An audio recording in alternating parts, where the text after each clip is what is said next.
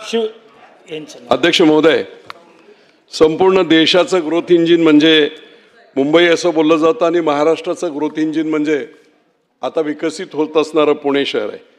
IT hub, industrial hub, automobile hub अशा वेगवेगळ्या प्रकारची मोठी मोठी इन्व्हेस्टमेंट इथे येत असताना रस्त्यांमुळे आणि ट्रॅफिक जॅममुळे कुठेतरी नुकसान होतं आहे असं देखील आपल्या सर्वांच्या लक्षात आलेलं आहे. हिंजवडीमधील IT पार्क आणि IT कंपन्या ट्रॅफिक कंजेशनला वैतागून बँगलोरला जात आहेत आणि म्हणून हा विषय खूप महत्त्वाचा आहे.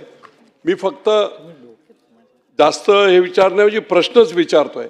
अध्यक्ष महोदय, पुणे शहरात ट्रॅफिकच्या सगळ्या बाजूने येते, त्याचा जर नीट विचार केला तर पुणे महानगरपालिका, PCMC महानगरपालिका, संपूर्ण इंडस्ट्रीयल इस्टेट्स आणि MIDC याकडे सर्व चारही बाजूने कामगारांपासून कर्मचारी वर्ग येत असतो.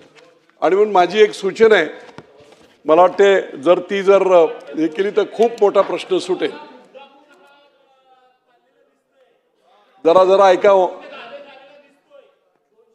जाधव साहेब. हो जाधव साहेब, मी फक्त प्रश्न विचार. जाधव साहेब जरा आपण बोला.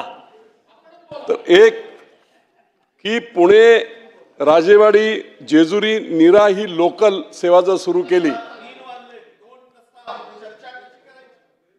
आपण बोला. हो, तुम्ही चर्चा करताना मग डिस्टर्ब करू, लक्षात घ्या. मग बघणार नाही जरा सुद्धा. थोडं शांत राहा. तो स्पेसिफिक प्रश्न आहेत त्याच्यात मध्ये हे करू नका. आणि म्हणून पुणे शहरापासून अध्यक्ष महोदय लोकल सेवा जर वर फलटणपर्यंत सुरू केली तर निश्चितपणे त्याच्यातून 10 ते 20-25 हजार लोक ते पुण्याच्या आजूबाजूने दौंड असेल, पुरंदर असेल, यवत असेल या भागातून येणारे जे सगळे कर्मचारी आहेत त्यांच्यासाठीची चांगली सोय होईल. ती लोकल सेवा सुरू करण्यासाठी महाराष्ट्र शासन रेल्वे प्रशासनाकडे विनंती करेल का? नंबर 1. नंबर 2, लोणावळा ते पुणा ही देखील लोकल आहे, परंतु मंत्री महोदय त्याच्या फेऱ्या जर वाढवल्या तर देखील मोठ्या प्रमाणामध्ये त्याच्यात फरक पडणार आहे. तिसरं एक महत्त्वाचं आहे की सगळे पुणे शहरामध्ये असणारे रोड्स हे अगदी छोटे छोटे रोड आहेत. आता ते रुंद करायचं तर कसं करायचं? तर त्याला जसं मुंबई आणि ठाण्यामध्ये क्लस्टर योजना मान्य केलेली आहे तसं जर 8-10 बिल्डिंग एकत्र करून जर क्लस्टर योजना केली तर पुणे शहरातले इंटरनल रोड रुंद करू आपण शकतोय. आणि मग अशा प्रकारची क्लस्टर योजना एकत्रितपणे पुण्यासाठी लागू करण्यासाठी शासन धोरण घेईल काय?